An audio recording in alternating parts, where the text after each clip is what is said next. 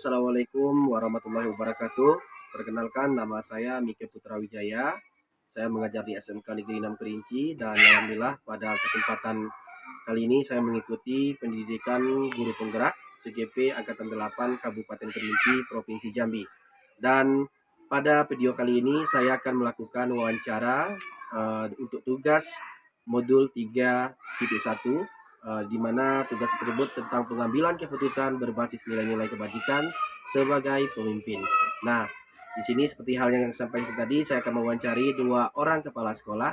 Yang pertama Kepala SMK Negeri 6 Kerinci yaitu Ibu Haryanti SPD MPD dan Kepala Sekolah atau Kepala SD Negeri 205/3 Koto Patah Ibu Eria Desri SPDI MPD. Nah, seperti apa wawancaranya? Ikuti terus kegiatan kita. Oke, untuk wawancara pertama atau interview pertama, saya akan mewawancarai ataupun interview Ibu Haryanti SPD MPD, Kepala SMK Negeri 6 Kerinci. Seperti apa kegiatan tersebut? Ayo ikuti. Ya, Assalamualaikum Bu. Waalaikumsalam. Alhamdulillah, terima kasih Bu telah sudi menerima saya ke ruangan Ibu. Ya, ngobrol santai gitu lah Bu ya. Jadi bukan bermaksud lain untuk menguji atau hal-hal lain, cuman kami ingin mendapatkan informasi. Mudah-mudahan informasi ini bisa menjadi pelajaran buat kami, dan juga kebetulan saya CGP yang ke-8 ini belajar bagaimana cara mengambil keputusan itu, baik yang dilema etika ataupun bujukan moral. Nah, mungkin saya ingin belajar atau ingin tahu pengalaman Ibu selama ini dalam mengambil keputusan, baik itu dalam dilema etika ataupun bujukan moral Ibu. Nah, mungkin juga pertanyaan ini bukan untuk mengejuk Bu, bukan untuk menyalahkan sekolah kita, tapi mungkin dengan pertanyaan ini kami bisa menggali informasi tersebut, bisa menjadikan referensi bagi kami selaku yang lagi belajar ya, cara mengambil keputusan dengan baik itu seperti apa itu Bu. Boleh Bu, saya coba kita mulai Bu. Ya, silakan. Ya. Gini ya Bu ya. Jadi dalam kita mengambil keputusan, kadang kalau keputusan yang bijak itu tentu banyak bertentangan tentu dengan ada yang pro, ada yang kontra. Tentu ada nilai-nilai yang harus kita terapkan di sana. Kadang-kadang benar menurut kita, belum tentu menurut yang lain. Namanya di organisasi seperti itu. Betul kata Ibu tadi, ada pro dan kontranya. Nah, mungkin saya ingin bertanya, nah selama ini bagaimana Ibu itu mengidentifikasi kasus-kasus yang merupakan dilema etika atau bujukan moral? Ya, yang mungkin Ibu ada mengambil keputusan yang mengandung dilema etika tadi Ibu, ataupun bujukan moral. Mungkin salah satunya seperti dilema etika. Mungkin bagaimana Ibu menanggapi kasus-kasus seperti itu? Ya, terima kasih. Kalau di SMK Negeri 6 Kerinci, kalau istilahnya ada kasus bujukan moral itu, saya rasa selama saya di sini tidak ada. Ya. Yang ada itu adalah dilema etika. Bagaimana itu dilema etika? Yaitu kita tahu SMK Negeri 6 Kerinci ini adalah sebuah SMK yang siswanya sedikit, dan kami di sini mencari siswa sangat susah. Nah, jadi dengan keadaan seperti itu tentu ada beberapa orang siswa karena bujukan tadi yang tentu niat untuk sekolah atau belajar itu kurang. Nah, ada yang sering alpa, sering tidak hadir.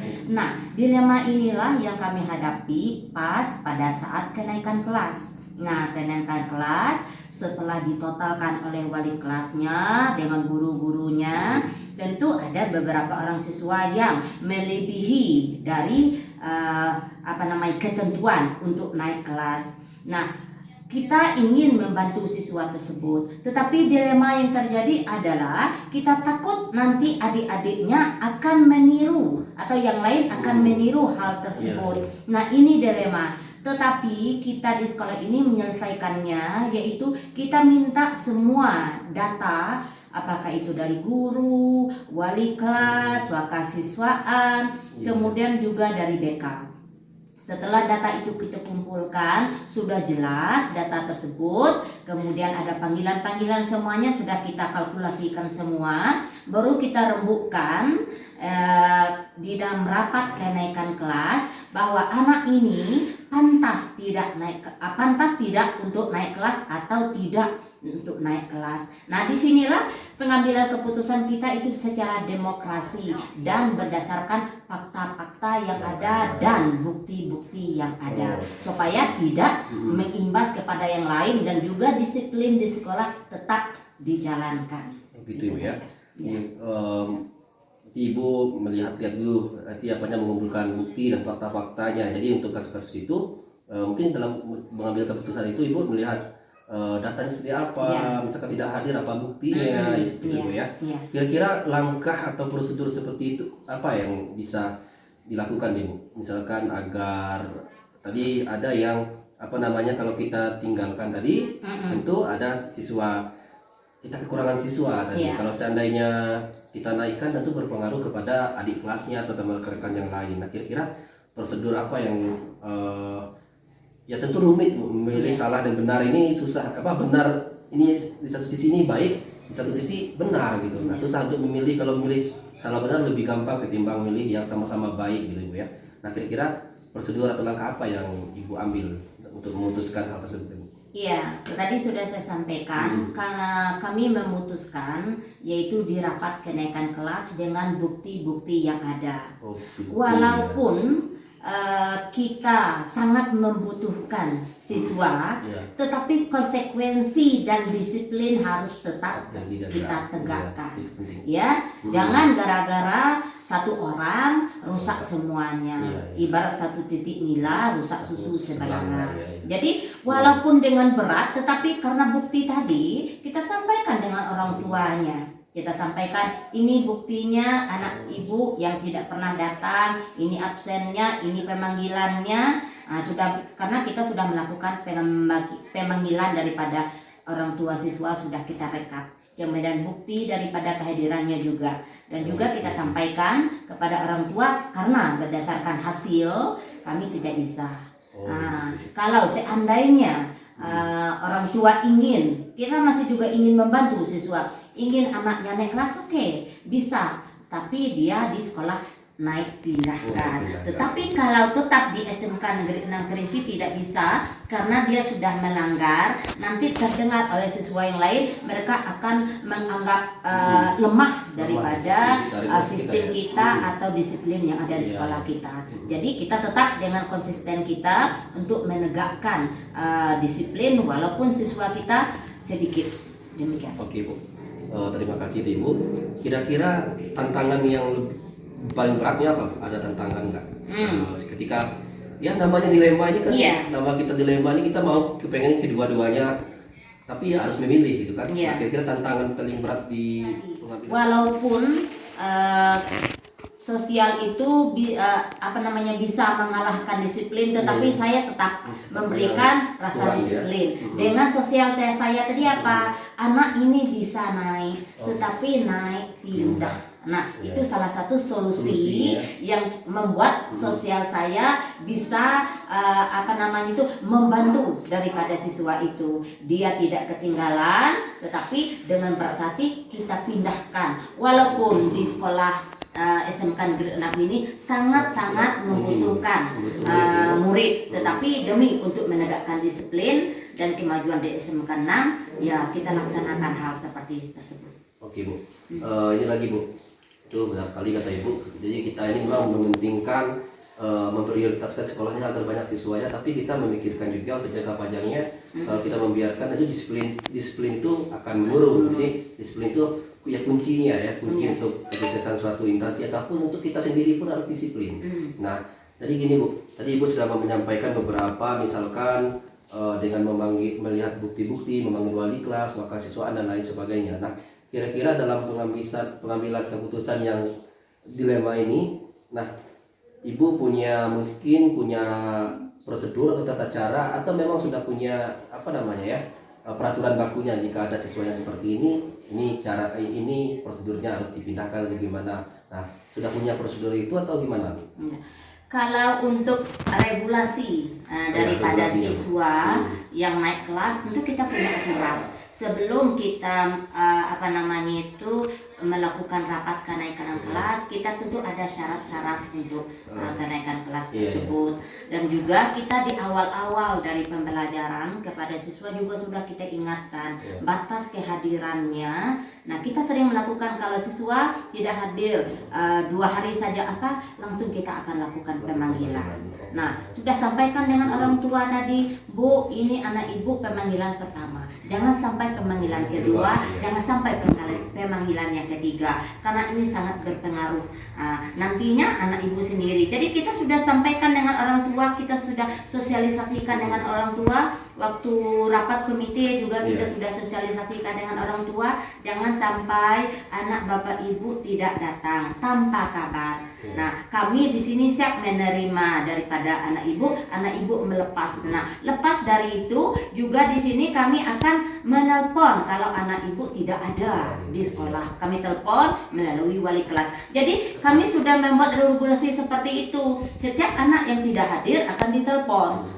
Kalau ditelepon dia tidak aktif, dia telepon orang tuanya. Di mana posisi anak tersebut? Kalau orang tua menyatakan di rumah, ya kita artinya orang tua tahu kalau anak tidak hadir atas ketidakhadirannya. Nah, kalau dia sedang tidak ada di rumah, tentu kita sama-sama sekolah dengan orang tua mencari kemana anak tersebut. Nah, regulasi itulah yang kita pakai dengan pemanggilan 1, pemanggilan 2, pemanggilan 3, dan batas daripada pembinaan yang dilakukan oleh BK. Dan juga saya di sini juga ambil andil, yaitu setelah pemanggilan 3 saya lakukan pemanggilan orang tua khusus, untuk orang tuanya menyatakan, Pak, Bu, saya beri kesempatan anak ibu untuk tetap sekolah dengan syarat dalam jangka 2 minggu ini dia hadir terus. Nah, tetapi kenyataannya ada juga siswa yang tidak memenuhi tersebut. Kalau yang ada memenuhi, tetap kita beri kesempatan dia untuk melanjutkan. Nah, yang tidak memenuhi ini padahal sudah janji dengan orang tua, kemudian regulasi sudah dia langgar. Nah, ini apalagi yang mau kita sampaikan? Kita sosialnya sudah, saya rasa itu sudah maksimal kita bersosial dengan anak tersebut. Nah, jadi kita tetap menegakkan disiplin, itu saja. Jadi sesuai dengan ada setup tidak hanya ada masalah langsung tidak ada regulasinya, kita punya juga sosial gitu ya. Nah, berikutnya Bu, ini tadi kan ada tantangan gitu. Nah, sekarang ini kira-kira hal yang memudahkan ataupun membantu ibu dalam mengambil keputusan itu apa saja Bu? Apa ada orang lain atau gimana Bu?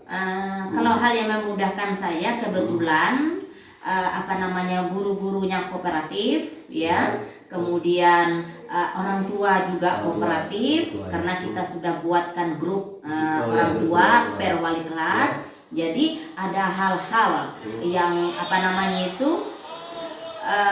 yang tidak anak yang tidak hadir, jadi bisa kita langsung menghubungi orang tua. Jadi ada grup WA yang kita buatkan. Dan juga BK di sini berjalan dengan baik. Nah, karena BK setiap ada masalah BK langsung terjun. Kemudian kalau sudah lebih parah lagi, tentu BK akan melakukan pemanggilan orang tua. Kemudian jika masih tetap berlanjut dilakukan lagi. Jadi di sini kolaborasi antara wakil kesiswaannya, kemudian BK-nya, gurunya, dan juga wali kelas juga termasuk piket di sini yang setiap hari mengecek setiap kelas siapa yang tidak hadir. Nah, di sini tugasnya sesudah piket menyatakan ada siswa yang tidak hadir, dia akan langsung menyampaikan kepada wali kelas langsung menelpon daripada orang tua menanyakan keberadaan daripada siswa tersebut. Oke Bu, di panjang lebar tadi Ibu kita ngobrol, tentu banyak sekali informasi yang mungkin selama ini saya belum paham atau mengerti. Sudah Ibu memberikan ternyata cara mengambil putusan di yang dilema etika khususnya seperti ini. Jadi kita tidak hanya semena-mena, kita ada regulasi atau sistem yang berjalan seperti itu Ibu. Dan juga dengan kolaborasi di antara kita, baik guru, BK dan lain sebagainya, juga memudahkan kita dalam mengambil suatu keputusan yang baik, yang bijak, yang mengandung nilai-nilai kebajikan seperti itu Ibu.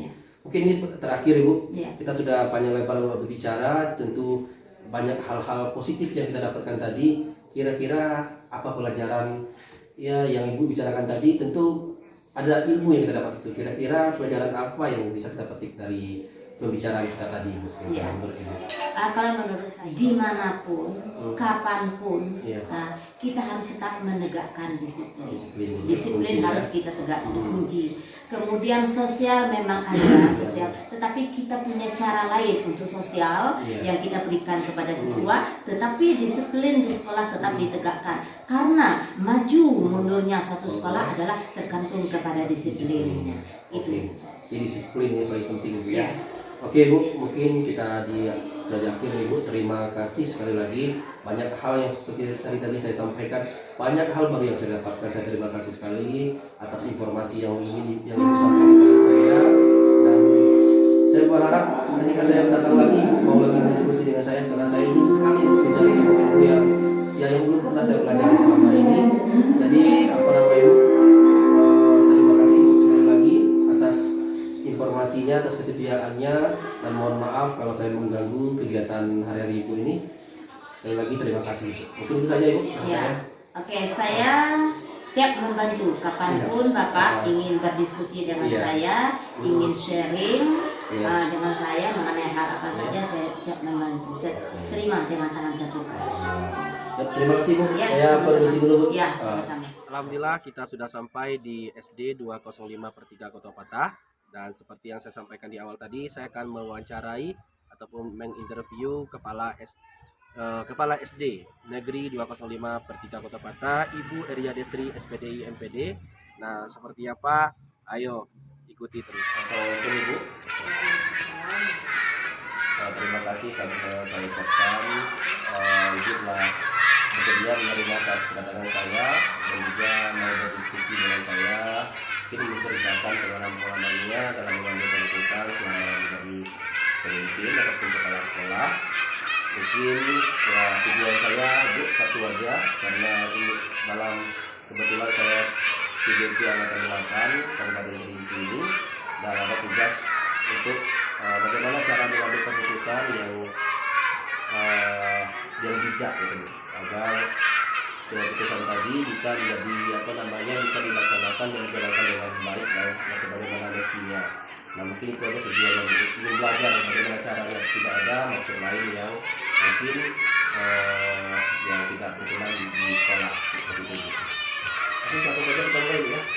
Ya, mungkin pertanyaan pertama, Ibu, selama Ibu menjadi pemimpin di sini, kira-kira bagaimana caranya Ibu itu mengidentifikasi kasus-kasus yang ingin diputuskan itu yang berupa dilema etika, yang benar sama benarnya, nah gimana cara mungkin Ibu mengambil keputusan tentang hal tersebut?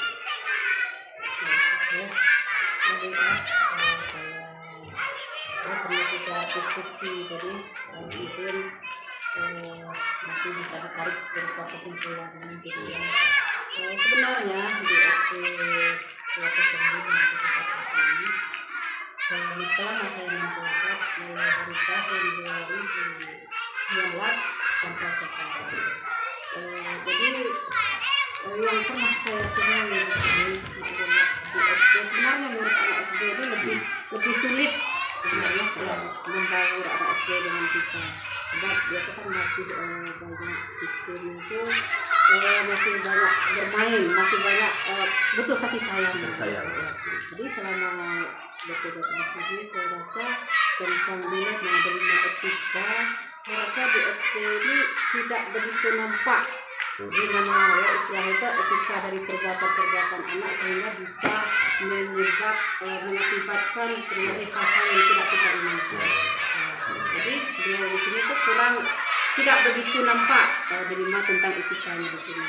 Sebenarnya di SD ini yang sering kita ambil kebijakan, terkadang anak-anak maklum kan, kadang-kadang disentuh sedikit oleh temannya, begitu, anak-anak disentuh sedikit oleh temannya, bahkan menyebut nama orang tua, dia nangis, begitu. Namun tidak mengakibatkan terlalu jauh ke negatifnya. Mikirnya bisa diselesaikan oleh guru-gurunya ataupun kepala sekolahnya itu sudah merupakan jalan terakhir.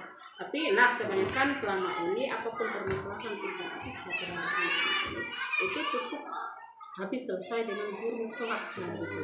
Belum sampai ke orang tuanya, sebab kami selalu menyampaikan ada sesuatu masalah di sekolah, itu jangan terlalu cepat terhadap lapornya ke orang tua, selesaikan di sekolah dulu. Bahkan di sekolah pun cukup selesai dengan guru kelas, jarang sampai dengan kepala sekolahnya. Nah, jadi tidak terjadi hal-hal yang tidak kita inginkan. Sebab maklum kan membentuk karakter, seseorang kan memang agak sulit sebenarnya. Tapi dengan adanya etika, tingkah laku anak yang sifatnya negatif itu nampaknya jauh sama sekali yang ada di SD sini. Artinya tidak terlalu mendalam sehingga ada etika anak, moral anak yang tidak cukup belum sampai ke kepala sekolah untuk mengambil kebijakan bagaimana sebenarnya habis di Ibu, berarti hal-hal tersebut itu ternyata bisa sebelum sampai ke kepala sekolah mungkin sudah ada regulasi-regulasi yang diberikan dari pimpinan langsung sehingga harus diselesaikan ataupun yang bisa diselesaikan di tingkat wali guru kelas ya. Ini kalau di SD guru kelas ya tidak harus dibesar-besarkan dan bisa sana nanti sudah bisa berjalan dengan baik ya selama ini Bu ya. Jadi tidak ada masalah-masalah yang bertentangan dengan moral-moral ataupun dengan etika-etika gitu ya. Oke Bu, berikutnya Ibu. Jadi mungkin seandainya ada masalah yang ibaratnya ketika kita yang ada dilema etikanya gitu. Nah kira-kira keputusan yang bisa Ibu ambil itu seperti apa? Misalkan ada anak-anak yang di satu sisi kita butuh anak-anak ini seperti ini, di satu sisi mereka mungkin ada melanggar seperti apa ini contohnya saja Bu. Jadi kalau tadi Ibu bilang tidak ada kejadian tersebut, seandainya ada kira-kira bagaimana itu Bu? Ibu ya cara pengambilan keputusannya agar ya menghasilkan kebijakan ataupun keputusan yang positif seperti itu. Sebenarnya untuk langkah seandainya ada terjadi bagaimana cara seorang pemimpin itu mengambil keputusan. Nah sebenarnya kalau terdapat sesuatu yang tidak kita inginkan, ya awalnya tadi kan penyelesaiannya terhadap guru kelasnya dulu masing-masing. Kemudian jarang sekali sampai seandainya ada gitu. Ya saya kan menimbang juga, bukan berpihak kepada satu. Kemudian kita menimbang yang lainnya lagi, bagaimana siswa yang lain. Seandainya kita ambil keputusan yang satu, contoh misalnya pernah terjadi bahwasanya di kelas 3 itu ada murid yang agak nakal, sering kalau masuk lokal kan sering buka sepatu. Nah, ada salah satu temannya yang agak tingkahnya satu orang saja yang sering mengintip ambil sepatu temannya, kan sering terjadi sampai 2 hari dicari belum ketemu orangnya, siapa saja. Kebetulan memang guru kelasnya tadi itu juga nampaknya bisa ditemu penyelesaian. Kemudian seandainya tidak terjadi, tidak selesai, seandainya yang kedepannya ini seandainya terjadi hal yang demikian juga tidak dia selesaikan, tapi saya tetap bisa mengambil kebijakan terhadap anak. Bahwasanya kita kasih teguran dulu, jangan sampai nanti kalau anak ini masih berbuat sedemikian, nanti yang lain-lain kan bisa mengikuti lagi perannya.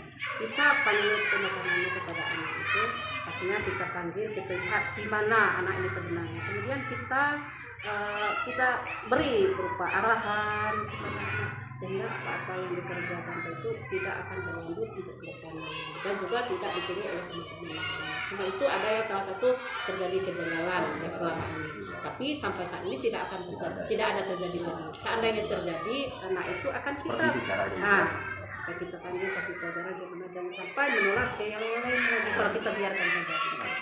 Jadi cara efektifnya yaitu misalkan kita selalu berkoordinasi dengan wali kelasnya dan juga mungkin mencari bukti-bukti apa kesalahannya siapa gitu ya. Jadi tidak langsung misalkan nih kamu anak yang kita hukum langsung kan tidak seperti itu kan, karena juga namanya masih betul kata ibu tadi, namanya anak-anak tentu mereka dunianya anak-anak itu kan juga bermain, jadi mungkin mereka bercanda, jadi kesalahpahaman dari kita, oke kita cari dulu ya Bu, itu cara efektifnya Bu ya. Nah kira-kira Bu, apa tantangan yang mungkin kita ibu ya, kita berharap kita sebagai pemimpin, sebagai guru ataupun apa saja tentu ingin berjalan mulus terus untuk mendidik ataupun menyiapkan generasi muda ini untuk masa depan. Tentu ada tantangan di antara kita ini, misalkan pas kenaikan kelas biasanya kan di sekolah-sekolah biasanya itu ada siswa yang jarang masuk atau apa ini ya, tapi di sini kan nggak ada tadi. Nah kira-kira kan itu sebuah tantangan. Nah, kita naikkan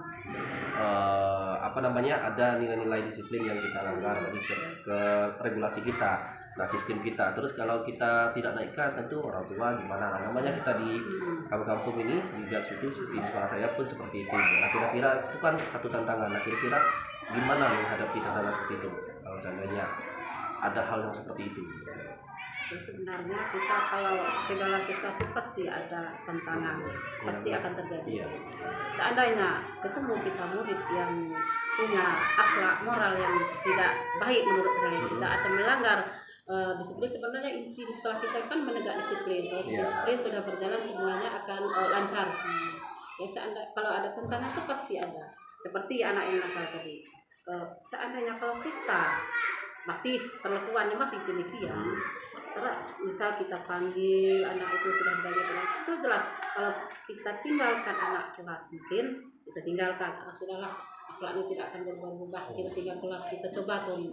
Itu sudah, kalau kita lanjutkan hal yang demikian, itu sudah jelas nanti orang mencontohkan kepada SD kita. Sedangkan di SD lain tidak pernah meninggalkan murid walaupun perangannya gimana pun.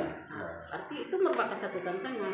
Makanya sebelum misal kenaikan kelas, ya kita kasih semangat kepada anak kita. Nah tolong ya anak, nanti kalau masih perangai yang demikian, nanti kita tidak kita tinggalkan kelas, mau tidak tinggal kelas, tidak mau otomatis dengan akhlak, tapi dengan moral yang demikian dia tetap akan berubah. Tantangan nanti kita, jangan-jangan anak yang lain juga takut, nanti di SD ini ada yang tinggal kelas, sedangkan SD yang lain tidak pernah ada yang ketinggalan kelas. Maka dengan demikian tuh sebelum itu kita kan sudah memberi berupa kepada anak itu apa perlu kita perhatian kita kan tertuju, lebih tertuju kepada anak. Kemudian apa perlu kita kasih reward kepada anak itu. Coba seandainya kalau naik kelas nanti perangai yang tidak tinggalkan saja. Jangan kalau masih dibawa ke kelas 4 misalkan ya kelas 3, nanti mau di kelas 4 itu juga tidak bisa, berarti kalau akhlak tidak berubah, tetap kita tinggalkan kelas, nanti otomatis anak-anak itu kan pasti. Tantangan kita kan berdekatan SD sekolah yang lain. Itu orang mencontoh, orang melihat, wah tidak usah masuk SD situ, lagi tinggal kelas, itu kan bukan satu tantangan bagi saya gitu. Maka kita kasih dulu kepada anak itu, bagaimana insya Allah dia kan bisa berubah gitu.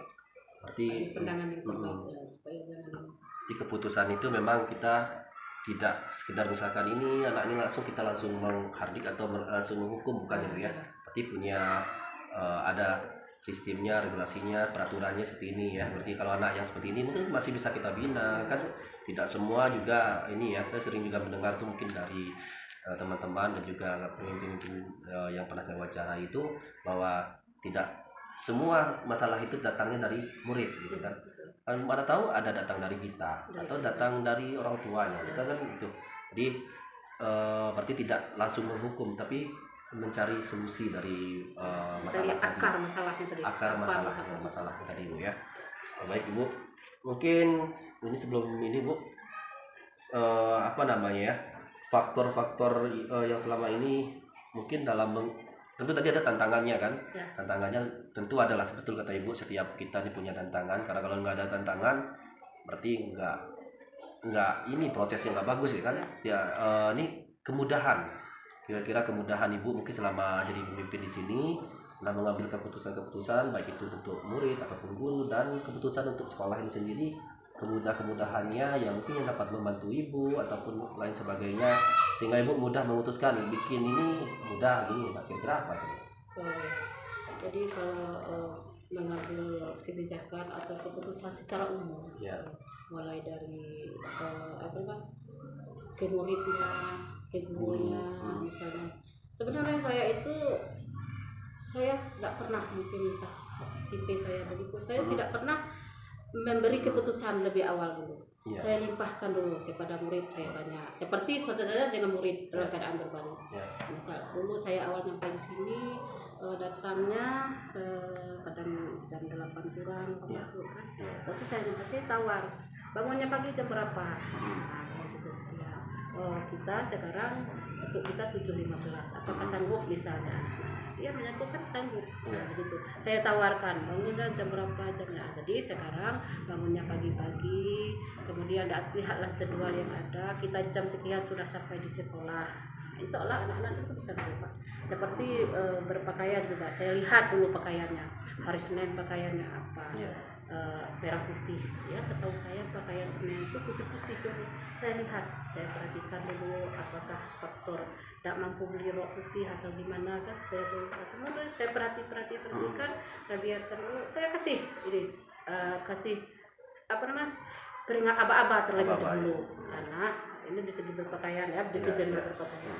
Nah, anak-anak hari Senin kita mulai pakaiannya putih-putih, bukan merah lagi di bawahnya, merah mulai selesai. Di Senin putih-putih. Saya kasih misal jangkanya berapa mau, seminggu, 2 minggu, ditanya dulu dengan guru-gurunya, kemudian kasih waktu baca. Masih ambil baca. Nah, dari minggu pertama saya ini, minggu ketiga kita apel pagi itu sudah berpakaian. Begitu saya mengambil kebijakan. Kemudian terhadap guru juga, baik itu dari segi pembagian tugas, cara mengajarnya saya lemparkan dulu terhadap guru-guru. Kemudian setelah tidak selesai guru diskusi sesama guru tidak selesai, baru saya ambil kebijakan terakhir gitu. Itu di segi pembagian tugas. Kemudian di segi disiplin sekolah. Sebenarnya disiplin sekolah, kadang-kadang itu kan kita maklum bertetangga. Ada yang pagi masuknya jam sekian, ada yang lambat pulangnya begitu juga, ada yang masuk. Kalau disuruh guru-guru saja, dia kan sama-sama guru. Kan kalau sama-sama guru nanti akan terjadi pertengkaran kalau sama-sama diatur oleh guru. Kemudian saya kasih juga. Jadi maunya kita gimana? Sebab kita harus beda dari sekolah lain. Kita tidak usah melihat kiri kanan, yang penting kita kerjakan, tugaskan, fokus dengan pekerjaan kita. Mana yang baik dari tetangga kita tiru, mana yang baik jangan. Oh Bu, SD itu cepat pulang belum ayo jangan ditiru, yang tidak baik jangan ditiru, yang baik silakan. Kemudian saya tetapkan menurut jadwal, baru saya ngambil kebijakan, baru bisa keputusannya. Diskusi dulu, diskusi gimana pendapat ini, pendapat itu lagi dulu yang ini, baru di ujung-ujung saya simpulkan. Itu juga pembagian tugas. Kalau saya tawar-tawar mau tidak ngajar kelas ini, mau tidak sini, pasti kata saya dan saya mau. Itu akan ribut atau gimana ya? Gimana macam-macam lah sistemnya. Kita loting Bu katanya. Jadi ujung-ujung saya tanya, gimana? Baru guru-guru menyerahkan. Sebenarnya katanya dengan ibu lah, dengan kepala sekolah. Kalau kebijakan dilempar dengan saya, baru saya memutuskan. Saya melihat, bisa dirubah lagi. Saya melihat selama nilai selama ini pantasnya di kelas itu, di kelas itu, baru saya ambil keputusan akhirnya gitu. Oke, Bu. Jadi itu kemudahannya Bu ya, karena kalau memang benar itu, apalagi kita sekarang ini kolaborasi itu yang paling penting. Ini kita memberikan kesempatan kepada orang yang di bawah kita ataupun murid kita, guru tadi. Maka kalau ketika mereka sudah kita berikan kesempatan untuk memikirnya, tentu nanti nggak ada menyalahkan atau membantah tentang kebijakan, karena bukan kita yang memaksa, tapi hatinya yang ingin meminta kepala sekolah langsung yang ingin memutuskan seperti itu. Jadi itu sangat membantu saya mendapat pemikiran baru bagi saya itu, Ibu. Mungkin terakhir Ibu, karena waktu kita juga Bu, kira-kira dari pembicaraan kita tadi Bu, diskusi kita ini, nah apa pelajaran mungkin ataupun yang baik buat menurut Ibu tentang pembicaraan kita hari ini, atau pelajaran apa yang bisa kita dapatkan begitu? Jadi saya juga merasa berterima kasih sehingganya adanya kolaborasi antara CGP. CGP ini sebenarnya lebih mendalam memahami tentang itu pembelajaran ini sudah naik ke pemimpinan nampaknya ini. Jadi pembelajarannya yang pertama kita akan intinya kita harus disiplin kayak itu. Jadi juga kita selaku pemimpin kita tuh tidak bisa, artinya itu kita anggap perbuatan kita semuanya harus adil, baik terhadap peserta didiknya, terhadap guru. Jangan dinampakkan istilahnya ada kesenjangan gitu. Walaupun di sekolah kita mungkin ada keluarga, ada adik, ada ini. Namun suatu sisi kalau jam dinas kita tetap dinas. Tetap dinas itu mengambil suatu kebijakan. Kalau kita sudah memutuskan itu jangan istilah tarik ulur. Kita harus jaga kita ini. Harus jaga. Nanti kita sudah harus konsekuen dengan apa yang sudah kita putuskan. Makanya sebelum kita memutuskan yang terakhir tadi, di dalam kita berdiskusi ada pendapat 1, 2, 3 macam itu kita berpikir bagaimana nanti terakhirnya. Sebab nanti jangan sampai tanam pagi cabut sore kata orang. Jadi seorang pemimpin memang harus bijak ya. Mengambil keputusan itu harus punya komitmen gitu. Nanti di akhir tidak menyesal atas keputusan. Pokok selama saya bertugas di sini, intinya guru kan pembagian tugas awalnya awal semester itu. Memang saya lempar tuh terus, tidak pernah saya langsung mengambil kebijakan. Padahal inti dan kita sudah siap. Ya bisa kan kalau sekolah udah tahu lah ini guru yang mau ngajar kelas ini. Kita tahu kemampuan guru. Tapi tetap melemparkan kepada guru agar ya bisa mereka memilih sendiri. Nanti mungkin dengan sendirinya mereka yang menyampaikan kepada ibu-ibu aja lah yang memutuskan. Kadang-kadang kita juga itu Bu, kalau di tempat saya itu lebih banyak lagi kan gurunya, hampir 30-an 50-an kan. Tentu mungkin selama 1 tahun sudah diamati oleh kepala sekolah kita. Nah, tentu dalam pembagian tugas, makanya sering kita sekarang kan ada rapat pembagian tugas gitu. Nah, rapat bagian tugas itu bukan mendengarkan putusan kepala sekolah, tapi keluarganya biasanya memberikan. Nah, silakan nih siapa yang mau kelas ini, siapa yang mau kelas ini, nanti tidak ketemu, nanti baru dikuatkan oleh kepala sekolah dan diputuskan seperti itu. Juga intinya kan kita harus ada kolaborasi itu penting. Tidak cukup habis dengan kepala sekolah. Harus ada kolaborasi antar kelompok. Kalau hubungan, kalau kerjasamanya yang baik, otomatis hasilnya akan baik karena dikerjakan sama-sama. Makanya kepala sekolah itu kalau sebelum mengambil kebijakan itu memang harus pikir yang matang-matang. Gitu. Harus pikir, jangan kita nanti kan awalnya sudah baru-baru mulai lagi dibongkar-bongkar dikali-kali. Dan juga kepala sekolah kan tidak perlu banyak ngomong. Tidak perlu banyak bicara. Tunggu hal-hal yang penting, yang teramat penting baru mengharuskan. Kalau kita di saat kita keseriusan nih, kecuali kita di saat istirahat pura-pura itu kan biasa. Betul. Mungkin itu Ibu, kita sudah diakhiri Ibu. Terima kasih sekali saya mengucapkan kepada Ibu pertama sudah mau menerima saya untuk datang ke ruangan Ibu ini. Kedua sudah mau berdiskusi dan berbagi pengalaman Ibu mungkin selama jadi pemimpin. Tentu kami yang belum pernah jadi pemimpin Ibu, cuman ya dibilang belum pernah jadi pemimpin, mungkin pemimpin pembelajaran ya di kelas. Jadi pemimpin secara sekolah kami belum. Mudah-mudahan itu bisa menjadi referensi saya selain sebagai tugas juga mungkin untuk kedepannya, karena mungkin mana tahu dapat rezeki seperti itu. Jadi saya juga bisa menjadikan referensi apa yang Ibu sampaikan tadi bisa saya praktekkan juga di sekolah saya nanti. Mungkin seperti itu Ibu. Sekali lagi terima kasih Ibu. Ibu. Apalagi kita sekolah penerang cukup kepala sekolah yang kerja harus semuanya kolaborasi. Assalamualaikum warahmatullahi wabarakatuh.